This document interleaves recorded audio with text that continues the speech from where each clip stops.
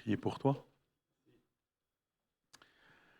Père, merci parce que tu es avec Lionel ce matin. Tu mets dans sa bouche les paroles qui viennent de ton cœur pour parler à ton peuple. Seigneur, je te prie vraiment qu'il puisse être conduit par toi ce matin. Je te prie que chacun d'entre nous puisse repartir avec quelque chose qu'il saisit de la part de son Père, de la part du Seigneur, de la part de l'Esprit Saint. Seigneur, conduis-le, donne-lui toute ta paix, toute ta force, Seigneur, et toute ta puissance. Merci, Père, d'être avec lui ce matin. Amen. Merci Jérémie. Comme Jérémie a dit, je m'appelle Lionel. Je suis un des anciens ici à l'église de Savaillé. Est-ce que vous m'entendez? On n'a pas fait de contrôle technique avant, donc peut-être ça va venir. Mais merci au groupe de louanges. On a presque chanté en fait le message de ce matin. Et puis, ce que je retiens, c'est « La Seigneur réveille mon âme ». On a besoin de cela pour chacun d'entre nous, pour moi le premier. Et puis là, ce matin, en fait, on est dans une série, dans la suite d'une série qui est la vie de disciples. On a commencé il y a quelques semaines en arrière avec David qui a amené le premier message sur l'épreuve, en fait. Et puis ce matin, on va parler de la lutte contre le péché, en fait de la guerre contre le péché, parce que c'est également une épreuve. Mais avant de parler de notre lutte contre le péché, nous devons comprendre la réalité du péché. La Bible, elle en parle largement. Et elle nous met en garde. La Bible existe dans le plan de Dieu à cause du péché et pour la contrer, c'est-à-dire à cause de la chute et de notre séparation de Dieu. Adam et Ève, dans le jardin, ils n'avaient pas besoin de la Bible puisqu'ils étaient en relation parfaite avec Dieu. Mais cela n'a pas duré. Donc avant de comprendre comment lutter contre le péché, il faut déjà comprendre c'est quoi le péché. Et j'aimerais juste d'abord clarifier quelque chose. Et Laurent, tu peux avancer s'il y a quelque chose à faire pour que vous m'entendez. C'est que Sébastien il m'a demandé, mais c'est toi qui as choisi ce thème? Lutte contre le péché? Ouais. Oui, c'est moi qui ai choisi ce thème. Parce que j'en ai besoin moi aussi. Donc je ne viens pas vous prêcher parce que je me considère expert. Non, pas du tout. J'ai aussi besoin de ce message pour moi. Donc déjà, on doit comprendre c'est quoi le péché et qu'est-ce que c'est? Est-ce que c'est le mal général? Et contre quel standard est-ce que le péché est défini? Parce que le monde n'aime pas entendre parler du péché. Aujourd'hui, en fait, si on regarde la jeunesse, elle n'a jamais été aussi expressive au sujet de l'injustice, du respect pour notre planète, de la tolérance entre les cultures, de remettre en fait en avant la cause de son travail plutôt que les récompenses de son travail. Au plus profond, le monde cherche en fait son sens à la vie. Mais en fait, c'est là tout le problème, parce que le péché vient entacher notre vie. Le monde est corrompu. Donc, selon quel mode moral est-ce qu'on se compare? Notre moralité, elle vient de Dieu, oui.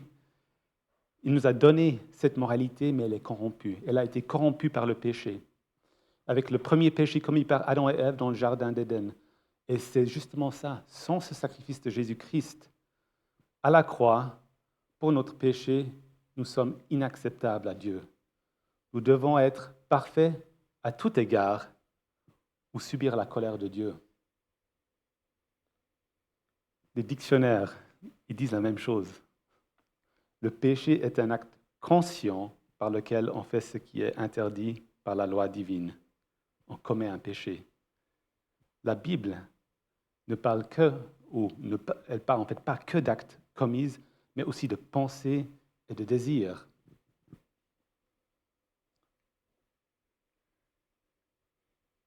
Les mauvaises intentions font horreur à l'Éternel. Jésus dit, vous avez appris qu'il a été dit, tu ne commettras pas d'adultère. Mais moi, je vous dis, tout homme qui regarde une femme pour la convoiter a déjà commis un adultère avec elle dans son cœur. C'est dans Matthieu 5, 27 à 28. Et en plus des actes, donc le Seigneur, il condamne les mauvaises pensées et les désirs. Donc c'est nos états de cœur que le Seigneur regarde. Jésus dit dans Marc 7, 20 à 23, « Ce qui sort de l'homme qui le rend impur. En effet, c'est de l'intérieur, c'est du cœur des hommes que sortent les mauvaises pensées, les adultères, l'immoralité sexuelle, les meurtres, les vols, la soif de posséder, les méchancetés, la fraude, la débauche, le regard envieux, la calomnie, l'orgueil, la folie. Toutes ces choses mauvaises sortent de dedans et rendent l'homme impur. » L'image peinte est sombre, elle est vraiment sombre, mais ça s'empire. La Bible parle aussi de péché par omission, de ne pas faire le bien autour de nous. Il est écrit dans Jacques 4, 17, « Si donc quelqu'un sait faire ce qui est bien et ne le fait pas, il commet un péché. » Nous devons nous rendre à l'évidence. Nous sommes tous pécheurs. Il n'y a pas de juste, pas un, même pas un seul. Aucun n'est intelligent.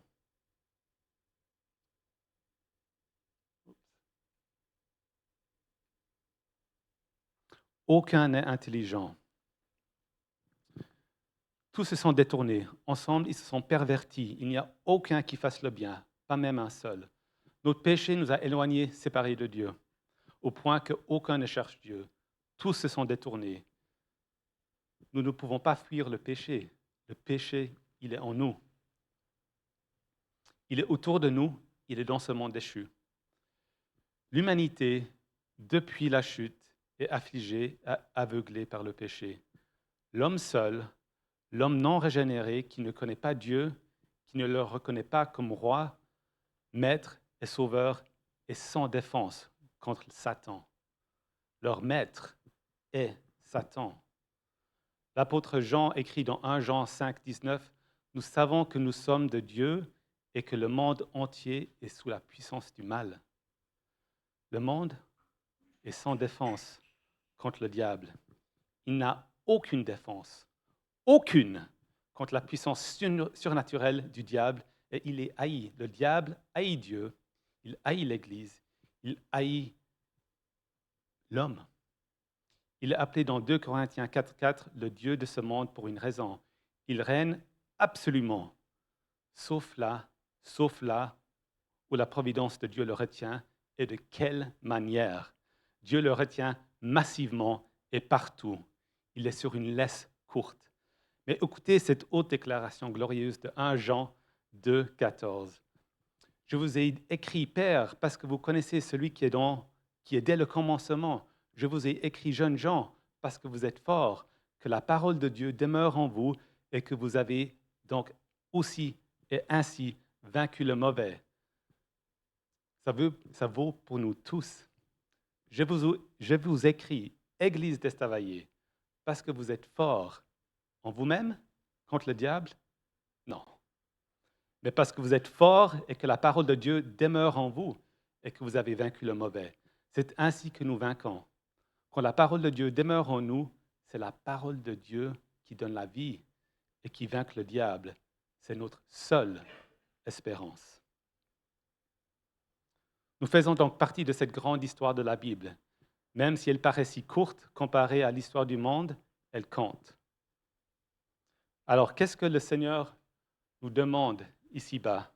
On l'a chanté. En fait, c'est notre sanctification. La Bible nous dit que la sanctification est la volonté de Dieu pour notre vie et notre âme. Ce que Dieu veut, c'est votre progression dans la sainteté.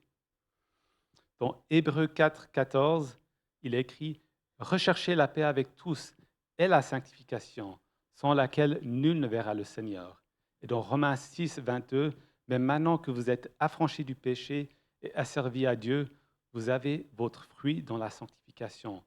Et pour fin, la vie éternelle. » Lorsque vous devenez croyant, vous avez été justifié. Vous avez été déclaré juste devant Dieu. Et l'Esprit de Dieu entame un processus qui nous consiste de nous séparer du péché, continuellement. C'est l'Esprit de Dieu qui fait cela en nous. La sanctification est donc cette séparation progressive du péché dans la vie du croyant, du péché vers la justice. Mais nous ne serons jamais parfaits jusqu'au jour de notre glorification dans la vie éternelle auprès de Dieu. Dieu veut notre sanctification, c'est pourquoi nous devons lutter contre le péché.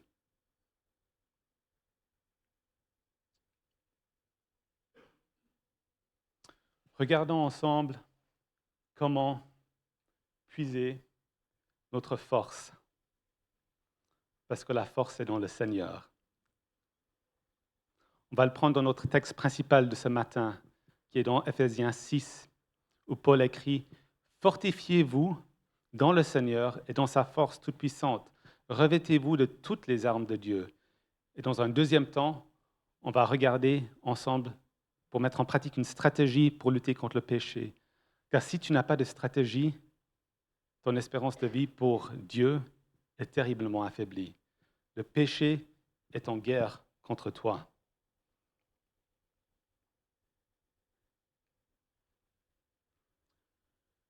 Donc pour aller à la guerre, on doit être équipé et on doit savoir reconnaître notre ennemi. Prenons en fait ce passage d'Éphésiens 6, 10 à 20, où c'est Paul qui écrit à Éphèse, qui en fait leur donne de comment tenir fort, de communiquer, il communique l'armure de Dieu. Enfin, mes frères et sœurs, fortifiez-vous dans le Seigneur et dans sa force toute puissante. Revêtez-vous de toutes les armes de Dieu afin de pouvoir tenir contre les manœuvres du diable. En effet, ce n'est pas contre l'homme que nous avons à lutter, mais contre les puissances, contre les autorités, contre les souverains de ce monde de ténèbres, contre les esprits du mal dans les lieux célestes. C'est pourquoi prenez toutes les armes de Dieu afin de pouvoir résister dans le jour mauvais et tenir ferme après avoir tout surmonté. Tenez donc ferme et autour de vos tailles la vérité en guise de ceinture. Enfilez la cuirasse de la justice. Mettez comme chaussure à vos pieds le zèle pour annoncer l'évangile de paix. Prenez en toutes circonstances le bouclier de la foi, avec lequel vous pourriez éteindre toutes les flèches enflammées du mal. Faites aussi bon accueil au casque du salut et à l'esprit, c'est-à-dire la parole de Dieu. Faites en tout temps, par l'esprit, toutes sortes de prières et de supplications. Veillez à cela avec une entière persévérance et en priant pour tous les saints. Priez pour moi, afin que lorsque j'ouvre la bouche, la parole me soit donnée pour faire connaître avec assurance le mystère de l'Évangile. C'est pour lui que je suis ambassadeur dans les chaînes. Priez que j'en parle avec assurance, comme je dois le faire. Donc ce matin, on va regarder en fait l'armure de Dieu ensemble. Je me suis inspiré d'une série apportée par John MacArthur. On va voir, en fait, il y a 6 armes. Il prend 1 heure pour décrire chaque arme. On aura un peu moins de temps. Ça va aller un peu plus vite, ça va être dense et intense, mais en fait, ça fait partie de notre apprentissage de revenir à la parole. Donc, l'enseignement en fait détaillé du combat spirituel qu'on vient de lire est présenté avec 2 composants. Premièrement, mes frères et sœurs, fortifiez-vous dans le Seigneur et dans sa force toute puissante. Et deuxièmement, revêtez-vous de toutes les armes de Dieu. Il est essentiel de comprendre que la force du Seigneur et l'armure sont indissociables. L'armure est la clé pour accéder à la puissance du Seigneur, cette même puissance qui tient le monde ensemble à chaque instant. Mais un soldat doit savoir manier en fait son armure. Sans entraînement de base, un soldat n'est pas efficace. Il n'a ni la condition physique, il n'a ni les capacités techniques pour tenir au combat. Il est en fait un danger pour lui-même et ses camarades. C'est comme de se dire, tiens, je vais gagner le Tour de France, j'ai qu'à m'acheter un vélo à 15 000 francs, la chose est faite. Ou bien se dire, je vais emporter le marathon de Berlin, je m'achète les dernières chaussures, baskets, Asics, Nike, Adidas, c'est égal, où je peux devenir champion du monde en half-pipe.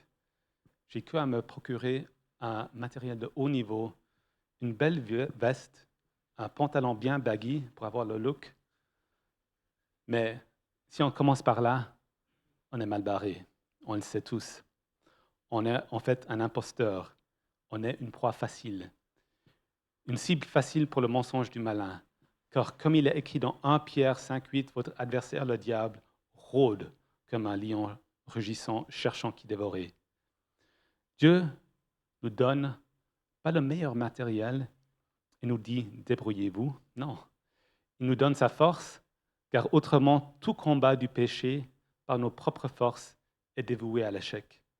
Peut-être que vous arrivez à résister aux biscuits qui vous font de l'œil, ou bien peut-être un site Internet qui vaut mieux pas fréquenter, mais si vous réussissez à résister, si c'est par votre orgueil, ben là, vous venez de commettre un péché. En fait, on n'est pas suffisant seul. On ne peut pas résister seul. La force est dans le Seigneur et elle est rendue disponible par l'armure. Ce n'est pas « je fais tout et Dieu ne fait rien ». Ce n'est pas « je fais tout ce que je peux et Dieu m'aide pour ce que je ne peux pas ». Non, chacune de ces approches est insuffisante, comme on peut les voir. En fait, Dieu donne aux croyants un équipement complet. Il nous envoie au combat avec tout ce dont nous avons besoin à notre disposition. L'essentiel est que je m'appuie par la foi sur sa puissance et que je m'appuie de plus en plus afin de résister ou agir pour le bien, par sa grâce et pour sa gloire. Donc, revêtez-vous en fait de toutes les armes de Dieu afin de pouvoir tenir ferme contre les manœuvres du diable. Cette armure est de Dieu. La foi, elle est en fait à la fois dans le sens où elle vient de lui et elle est sa propre armure. Dans l'Ancien Testament, c'est écrit, c'est l'Éternel qui porte l'armure. C'est dans Ésaïe 59, 17. Il partage maintenant cette armure avec nous. Il nous équipe. Il nous équipe avec son propre armure. Et donc, ce n'est pas étonnant que nous pouvons dire, nous sommes plus que vainqueurs. En effet, ce n'est pas contre l'homme que nous luttons, mais contre les puissances, contre les autorités, contre les souverains de ce monde, les ténèbres, contre les esprits du mal dans les lieux célestes. Paul décrit que nous sommes en guerre, non seulement contre notre ancienne nature, dans Éphésiens 4, 22, mais que nous devons aussi lutter contre les influences du malin et de ses agents, qu'il décrit avec des termes imposants, organisées, structurées et puissantes. Mais ne perdons pas l'espoir dans la lutte. Dans Romains 8, 38, 39, il nous dit que les principautés ne peuvent pas nous éloigner de l'amour de Dieu. Il y a donc une limite à leur pouvoir. Et dans Éphésiens 1, 20 à 21, il nous dit que Jésus trône dans les cieux, bien au-dessus de toute principauté, de tous les pouvoirs. Prenons le verset 13. C'est pourquoi prenez toutes les armes de Dieu afin de pouvoir résister dans le jour mauvais et tenir ferme après avoir tout surmonté. Sans la force de Dieu et la protection d'une armure spirituelle, il est impossible de résister aux attaques du diable qui nous bombarde à travers ce monde déchu et au quotidien. J'aime l'image de David contre Goliath. Il avait la force de Dieu, oui, avec l'armure de l'homme, non, mais avec celle du Seigneur, oui. Dieu a donné à son peuple un appel, une mission, un parcours à accomplir, et Satan fera de son mieux pour l'empêcher. Lorsqu'il attaque et intimide, nous devons rester debout. Et c'est ça pourquoi nous nous battons. Dieu donne aux chrétiens une position glorieuse à maintenir par la foi et le combat spirituel. Nous tenons dans la grâce, dans sa grâce. Nous tenons dans l'Évangile. Nous sommes debout dans le courage et la force. Nous sommes dans la foi, Nous sommes attachés à la liberté chrétienne. Nous sommes dans l'unité chrétienne. Nous tenons dans le Seigneur. Nous sommes faits complets dans sa volonté, dans la volonté de Dieu. Donc ce seul mot « tenir » indique beaucoup de choses. Il signifie que nous allons être attaqués, que nous ne devons pas avoir peur, que nous ne devons pas nous affaisser ni être incertains ou tièdes dans le combat. Nous devons être à notre poste, en alerte, et ne pas battre en retraite. Regardons ensemble maintenant les éléments de l'armure de Dieu. On y vient. Pour nous aider à être victorieux dans notre lutte contre le péché. Et c'est là où Paul a choisi, en fait, de faire un parallèle entre l'armure de Dieu et puis l'armure du soldat romain. Pendant cette période de l'histoire, Rome avait un vaste empire. Et dans toutes les régions, il y avait des soldats romains qui étaient stationnés. Donc Paul a dû les voir régulièrement, si pas quotidiennement. Et c'était quelque chose à laquelle tout le monde pouvait relater. Donc, ayez autour de votre taille la vérité en guise de ceinture.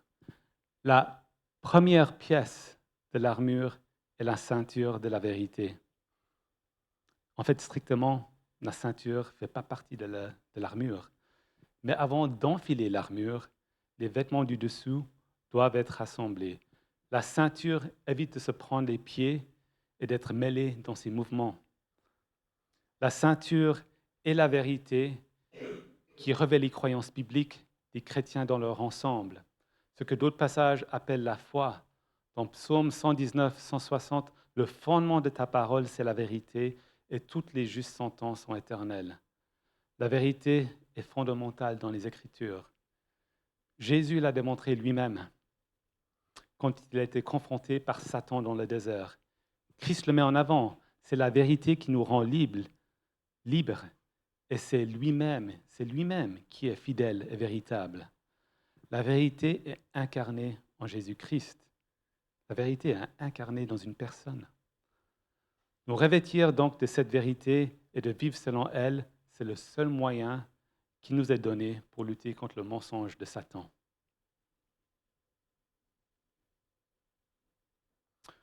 Enfiler la cuirasse de la justice.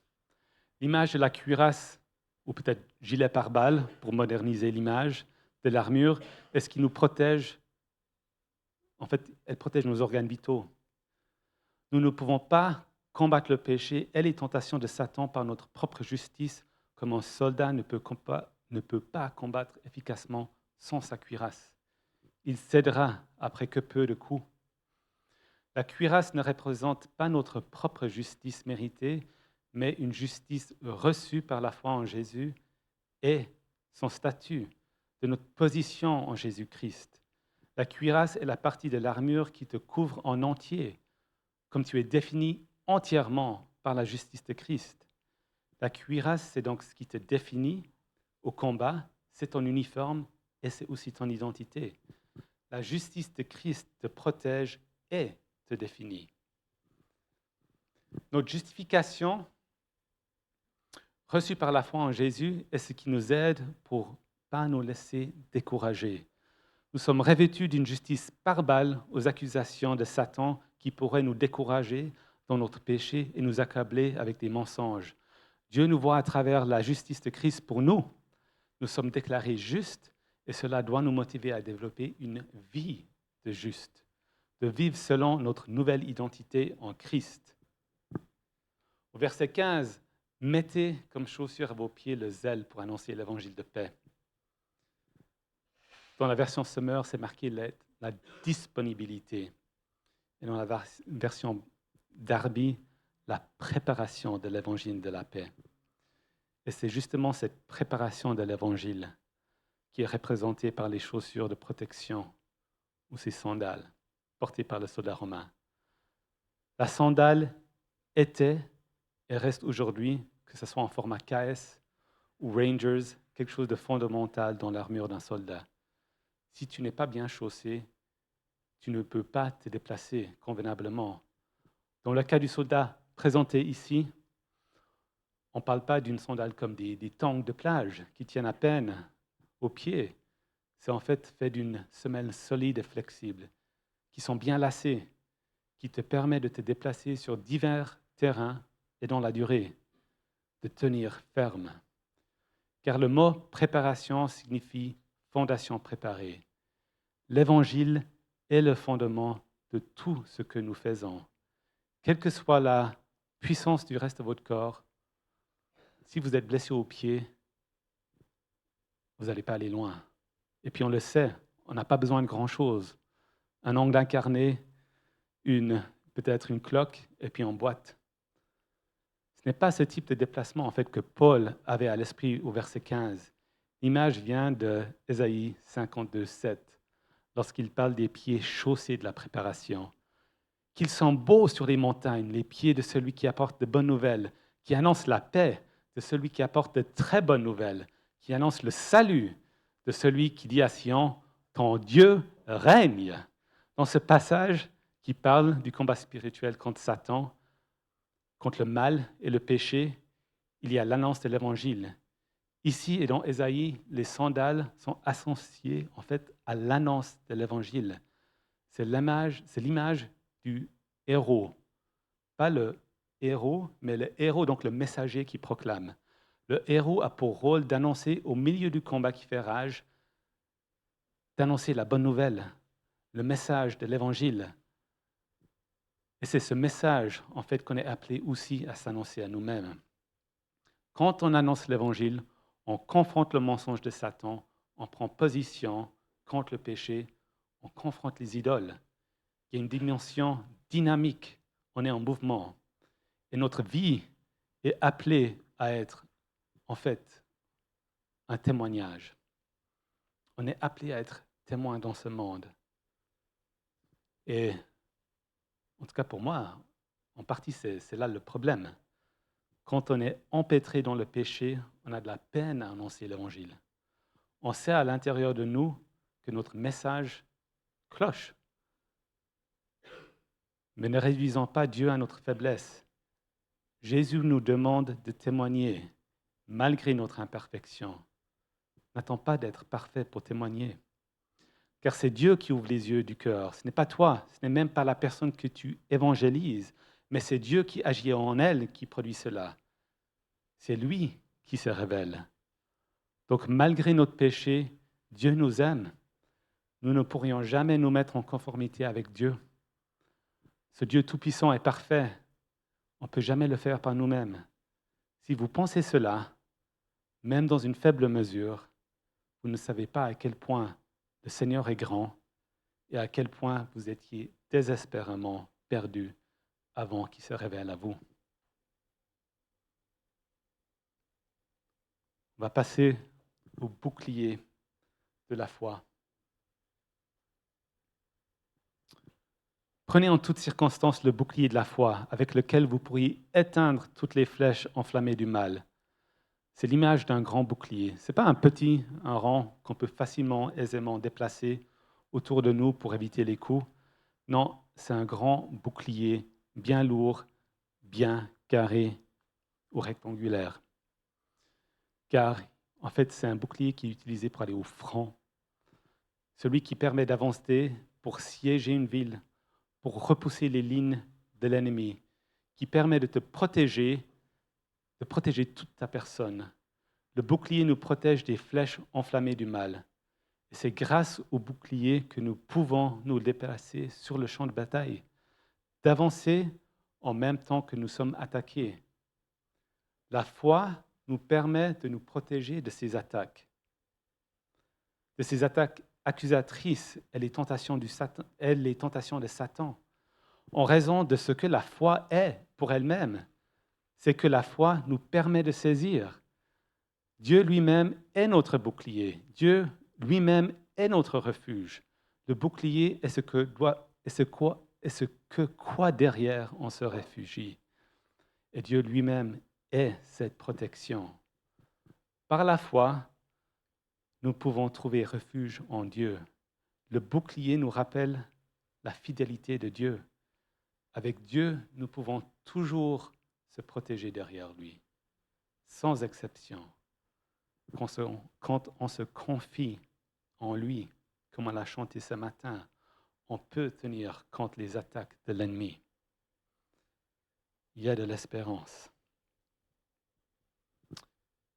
Faites aussi bon accueil du casque.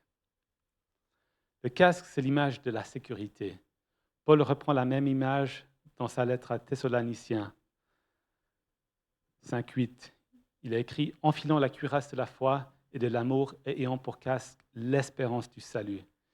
Ici, en fait, Paul parle du salut en relation avec l'espérance du salut, le salut dans son aspect futur, de notre glorification, dans notre union parfaite, future avec Christ. Nous avons la grâce de pouvoir combattre le péché avec la certitude de ce qui est à venir. La fin est déjà écrite. L'assurance du chrétien n'est donc pas un optimisme vague. Pas du tout. Elle est concrète.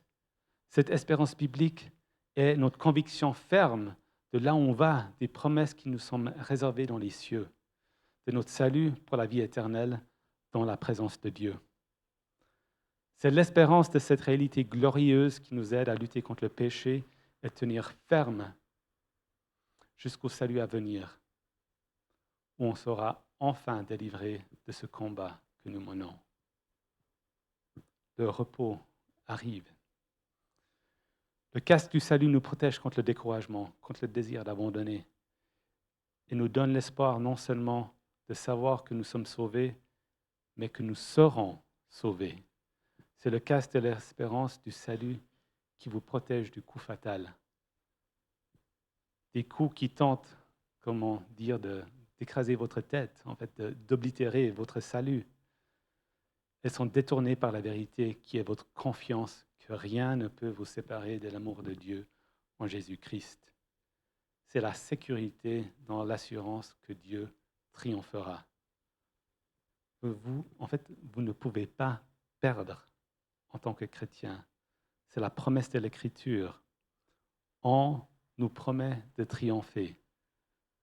Ça sonne incroyable, ça sonne presque un tout petit peu orgueilleux, mais 2 Corinthiens 2, Dieu nous fait toujours triompher en Christ.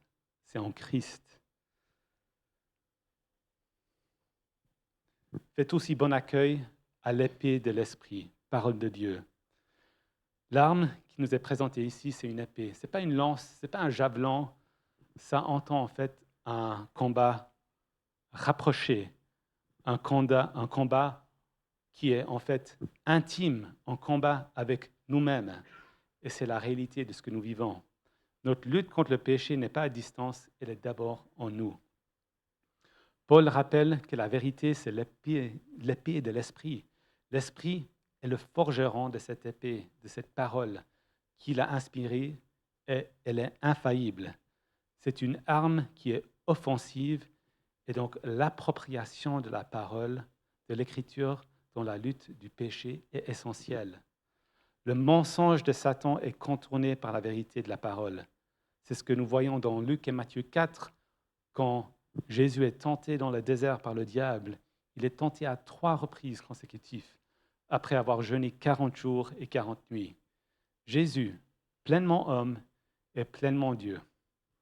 Son corps humain, j'imagine, a dû être affaibli, après 40 jours de jeûne. Mais Jésus, en fait, a pu résister le diable, même dans son corps fatigué, par la parole. En fait, Jésus n'a pas eu besoin d'être tenté pour grandir dans sa personne, dans sa foi. Au contraire, il a été tenté pour pouvoir s'identifier à nous et pour démontrer son caractère saint et sans reproche. Jésus dit alors à Satan, « Retire-toi ». En effet, il est écrit, « C'est le Seigneur ton Dieu que tu adoreras et c'est lui seul que tu serviras ». Alors le diable le laissa. Matthieu 4, 10 à 11. Donc, soumettez-vous donc à Dieu, mais résistez au diable et il fuira loin de vous. C'est Jacques 4, 7.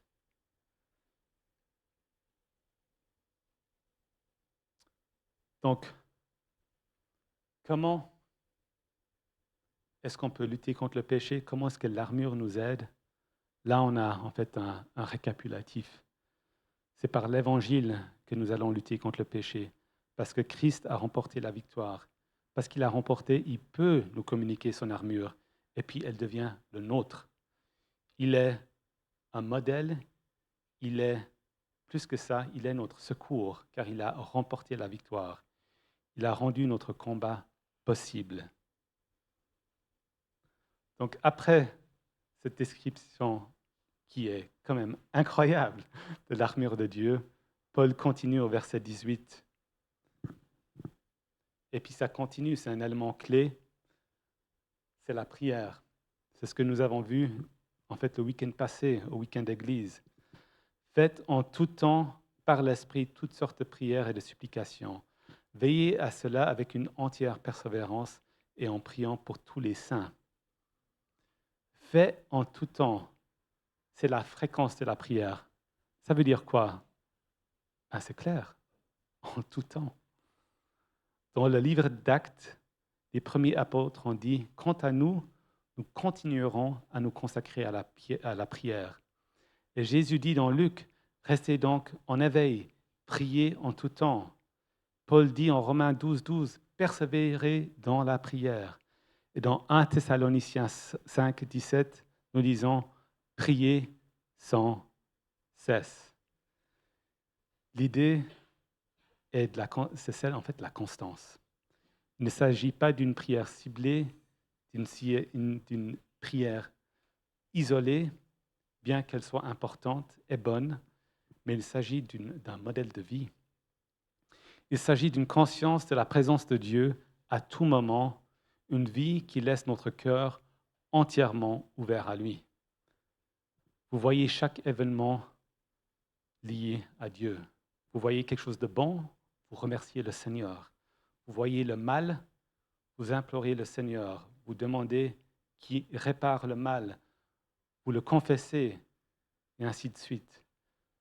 Le premier aspect donc de la prière est la fréquence, et le second, c'est la variété, c'est-à-dire toutes sortes de prières. Et puis ça, on a aussi vu le week-end passé, des prières publiques, privées, verbales, silencieuses, fortes, douces, spontanées, des requêtes, des remerciements, des confessions, des louanges, qu'on soit debout, à genoux, les bras levés vers le ciel ou pliés contre nous, tout est possible.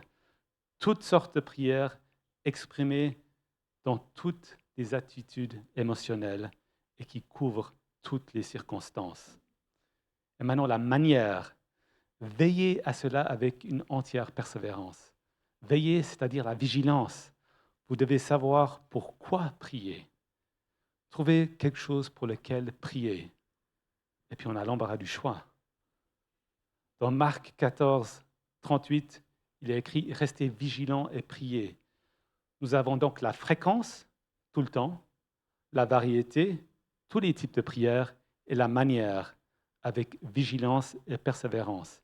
Et maintenant, pour qui? Pour tous les saints. On est appelés à prier les uns pour les autres. Tous les saints sont en fait l'objet indirect, parce qu'on prie Dieu. Car nous prions Dieu pour sa gloire, pour qu'il se glorifie lui-même. Dans Apocalypse 4, 11, « Tu es digne, notre Seigneur et notre Dieu, de recevoir la gloire, l'honneur et la puissance, car tu as créé toutes choses, et c'est par ta volonté qu'elles ont été créées et qu'elles existent. » Donc Dieu répond à nos prières en se glorifiant lui-même, en démontrant sa gloire, sa miséricorde, sa sagesse sur les saints. C'est ainsi que le corps de Christ fonctionne.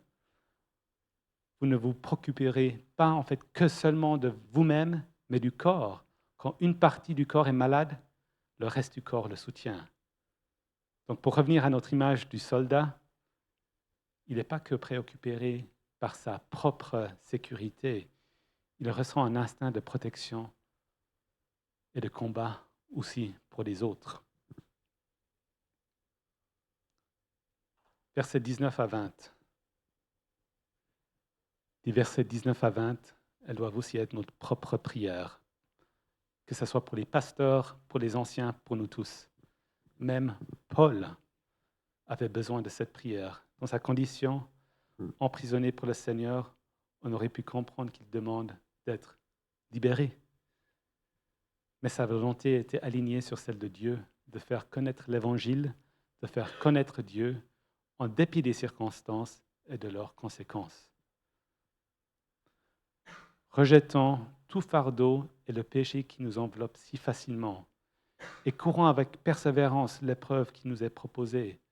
Faisons-le en gardant le regard sur Jésus, qui fait naître la foi et la mène à la perfection. Hébreux 12, 1 à 2.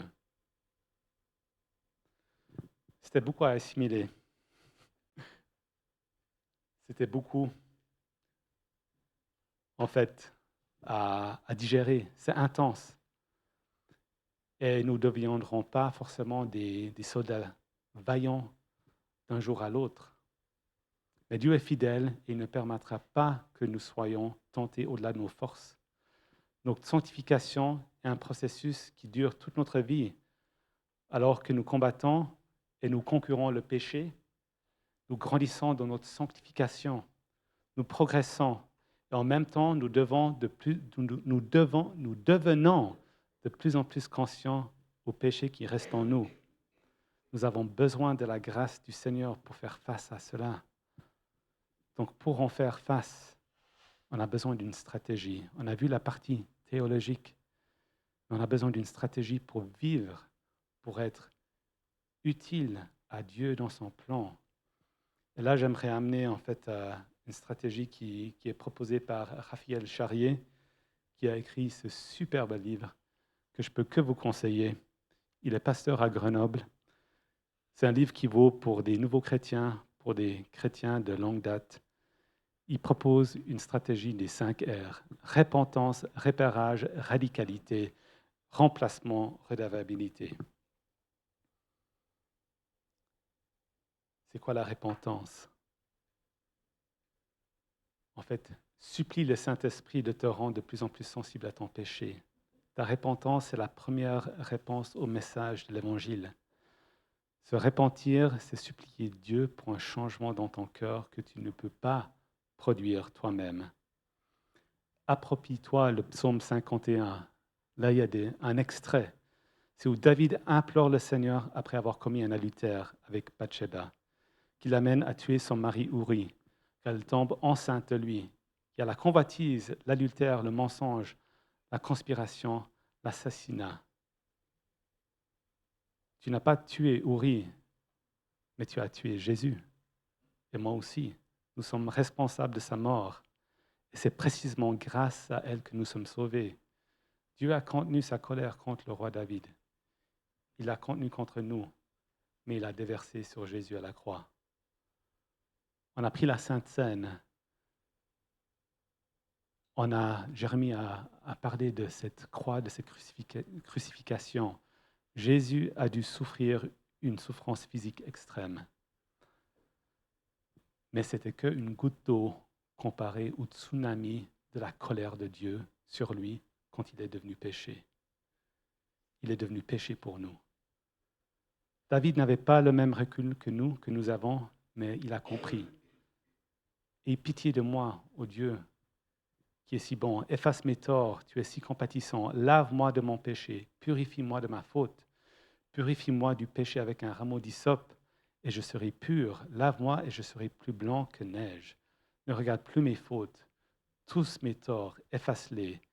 Ne me renvoie pas loin de ta présence et ne me retire pas l'Esprit Saint. Viens me délivrer du poids de mon crime. Je peux dire, purifie-moi, Lionel, de mes fautes. Tu peux t'approprier ce psaume pour t'aider à apprendre à repentir. Dans le repérage, le péché, en fait, il naît dans le cœur. Donc, il faut chasser de là où il vient. Jésus déclare, ce qui sort de l'homme, c'est ça qui le rend impur. La première des étapes, donc, c'est de repérer notre propre péché, de le nommer de le mettre à la lumière, car un péché qui est caché grandit et puis nous éloigne de Dieu. Et en même temps, il détruit nos relations. Tu peux te poser ces questions-là, des questions qu'on trouve dans ce livre qui te passe au rayon X pour comprendre pourquoi est-ce que tu as cru le mensonge du diable et pas la vérité en fait de Jésus.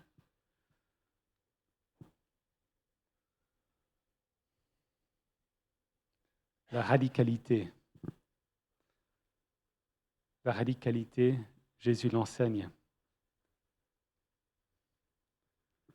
Il faut être radical dans notre lutte. Si ton œil droit te pousse à mal agir, arrache-le et jette-le loin de toi. Si ta main droite te pousse à mal agir, coupe-la et jette-la loin de toi. Car il vaut mieux pour toi subir la perte d'un seul membre que de voir ton corps entier jeté en enfer. L'image est celle-ci. Si tu as un membre gangréné, soit tu le coupes, soit il te tue. C'est radical. Cette amputation est un sacrifice nécessaire. Il n'y a pas d'autre moyen de combattre.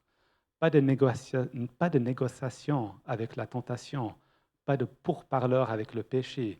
Tu es radical ou bien vaincu. Être radical, c'est ôter toute prise potentielle du péché sur toi.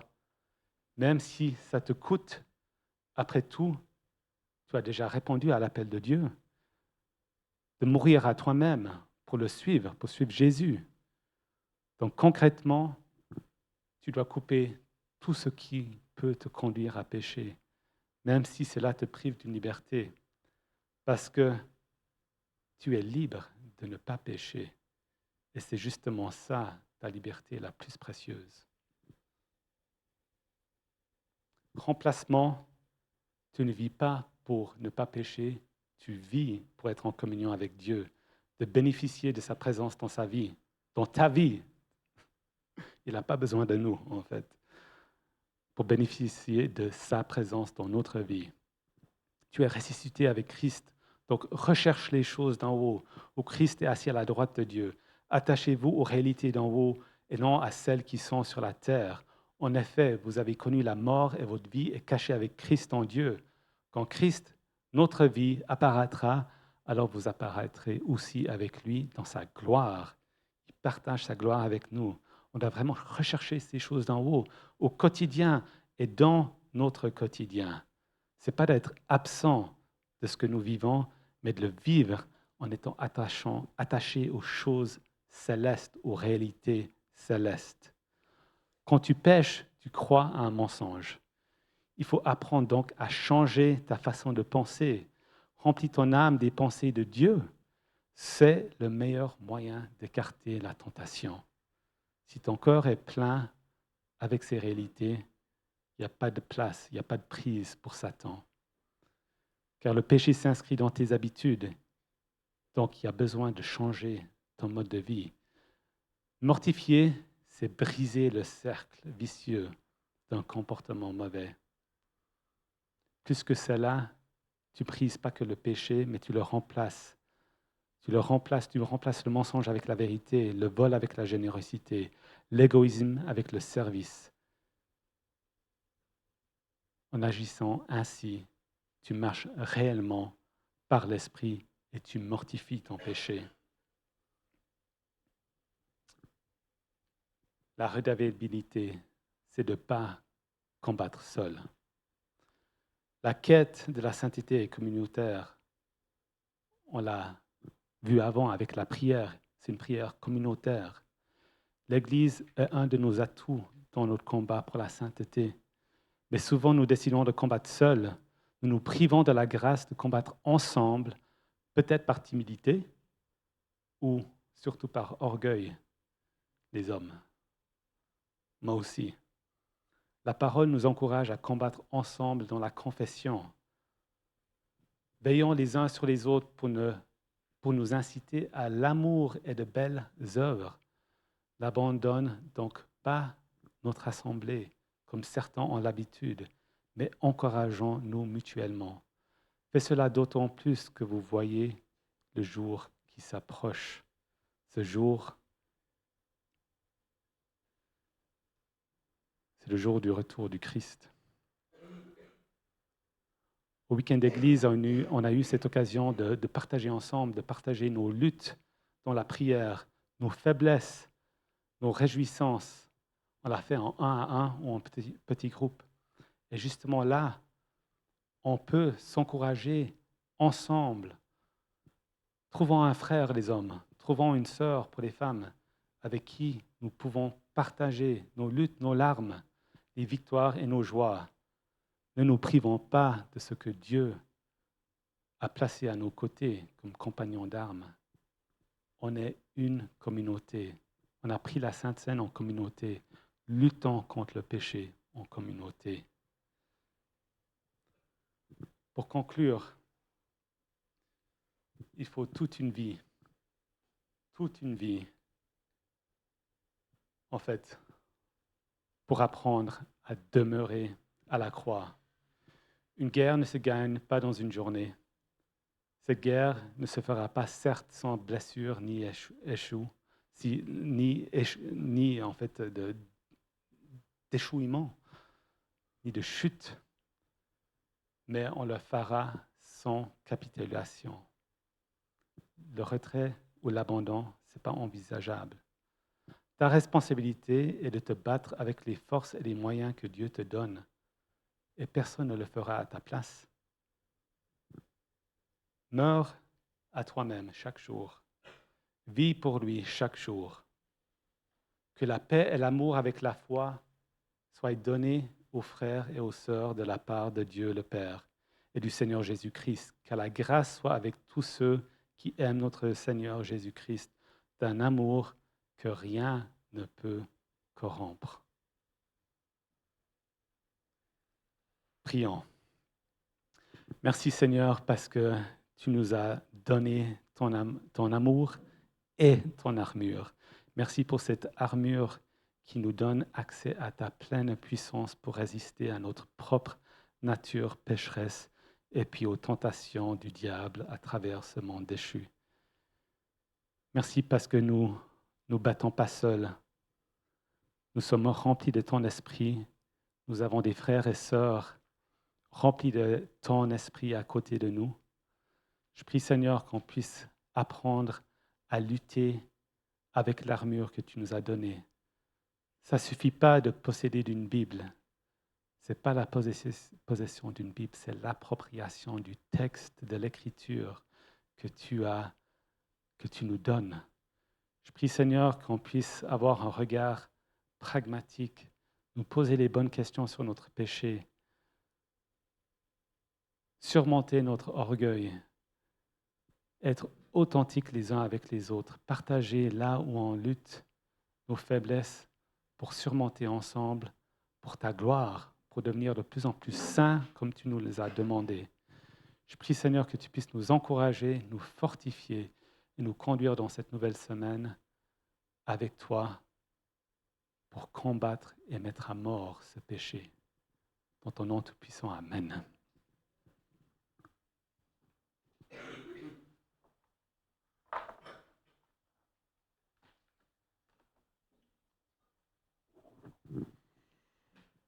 Merci beaucoup Lionel. Quand on entend tout ça et qu'on est là, on se dit mais oui, on veut rentrer là-dedans, on veut vivre ça. Je veux juste relire le passage, le verset 18. Faites en tout temps par l'Esprit toutes sortes de prières et de supplications. Veillez cela avec une entière persévérance et en priant pour tous les saints. Persévérance en grec, on peut traduire par 4 mots. Persévérance, patience, fermeté et constance. Dans les versions différentes, c'est ces mots qui ressortent. Et je crois que c'est ça aussi que Dieu veut appuyer pour tout ce qu'on a entendu. C'est de se dire qu'en fait, c'est jamais fini. Des fois, c'est tellement dur. Des fois, on en a marre. On ne comprend pas. On dit, mais Seigneur, mais je dois encore me battre là-dessus. Je dois encore lutter contre ce péché. Je dois encore me battre contre ces oppositions. Il y en a marre, j'ai déjà fait ça. J'ai fait des Vives libérés. On parle aussi des 4 R. J'ai peut-être mis en place ce livre, les 5 R. J'ai l'impression d'avoir tout fait, mais je dois encore et encore. Mais la Bible, elle en parle. Et je vous propose qu'on puisse avoir une attitude de persévérance et de se dire, mais oui, je vais être constant, je vais être ferme, je vais être patient. Il l'a dit aussi, c'est que dans la 3e étape, la glorification, quand on sera dans les cieux, que on aura gagné, ça sera vraiment fini. Pendant qu'on est là, On doit se revêtir de cette armure. On doit être là-dedans. Mais je crois que vraiment qu'on puisse être ferme, constant, patient et persévérant dans cette lutte qui est la nôtre à tous. Et je crois une fois de plus que c'est par la communauté qu'on peut y arriver. Seul, vraiment, on n'y arrive pas. Mais d'oser être redevable, d'oser en parler, d'oser se dire, bon, ok, je ne veux pas me battre tout seul, mais ensemble. Ensemble pour soi, mais n'oublions pas que ce qu'on fait, c'est pour la gloire de Dieu. Et si on est dans ce combat, c'est parce qu'il y a une mission. Et j'ai tellement aimé cette image du bouclier que tu as amené, c'est pouvoir se protéger tout en avançant. Donc n'oublions pas d'avancer, ne restons pas juste à se protéger, mais avançons avec cette protection, dans cette persévérance tous ensemble. Que ça puisse être, je ne veux pas dire Seigneur, mais nous au défi cette semaine, mais que chacun puisse le demander s'il le souhaite, mais qu'on puisse aussi grandir là-dedans. On grandit chaque jour, chaque jour. Et que vous puissiez être bénis dans cette semaine s'il y a des combats qui sont aussi là, qu'on puisse peut-être prier pour vous. Ne partez pas sans ça. Sans la prière, c'est tellement précieux, on l'a vu. Une arme tellement forte, tellement puissante. En tout cas, soyez vraiment bénis, encouragés, soyez persévérants, soyez constants, soyez fermes, soyez patients dans ce combat qui est le nôtre à tous, dans l'unité, mais dans le corps, mais aussi simplement dans sa vie personnelle. Soyez bénis, un bon dimanche et au plaisir de se revoir.